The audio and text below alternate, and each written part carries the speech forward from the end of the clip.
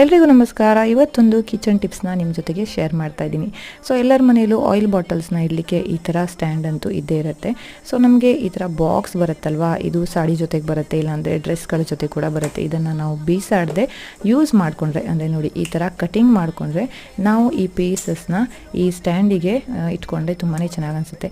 ಯಾಕಂದರೆ ಇದ್ರ ಮೇಲೆ ನಾವು ಪೇಪರನ್ನು ಹಾಕ್ಕೊಂಡ್ರೆ ಅದು ಬೇಗ ಎಣ್ಣೆಯಲ್ಲಿ ನೆನೆಯುತ್ತೆ ಮತ್ತು ನೋಡಲಿಕ್ಕೂ ಅಷ್ಟು ಚೆನ್ನಾಗಿ ಕಾಣಿಸಲ್ಲ. ಸೊ ಈ ಥರ ಒಂದು ಪೀಸನ್ನು ನಾವು ಇಟ್ಕೊಳ್ಳೋದ್ರಿಂದ ಬಾಕ್ಸ್ ಪೀಸನ್ನು ನೋಡಲಿಕ್ಕೂ ಕೂಡ ನೀಟಾಗಿ ಅನಿಸುತ್ತೆ, ಕಲರ್ಫುಲ್ಲಾಗಿ ಅನಿಸುತ್ತೆ. ಸೊ ಈ ಒಂದು ಟಿಪ್ಸ್ನ ನೀವು ಕೂಡ ಒಂದ್ಸಲ ಟ್ರೈ ಮಾಡಿ ನೋಡಿ. ನಿಮಗೆ ವಿಡಿಯೋ ಇಷ್ಟ ಆದರೆ ಲೈಕ್ ಮಾಡಿ, ಶೇರ್ ಮಾಡಿ, ಸಬ್ಸ್ಕ್ರೈಬ್ ಮಾಡಿ. ಇದ್ರ ಜೊತೆಗೆ ನೋಡಿ, ನಮ್ಮ ಮನೇಲಿ ನಾವು ಯೂಸ್ ಮಾಡುವಂತಹ ತುಪ್ಪದ ಡಬ್ಬಿಗಳು ಕೂಡ ಅಷ್ಟೇ, ಅದನ್ನು ಇಟ್ಟರೂ ಕೂಡ ಅಲ್ಲಿ ಮಾರ್ಕ್ಸ್ ಬಂದುಬಿಡುತ್ತೆ.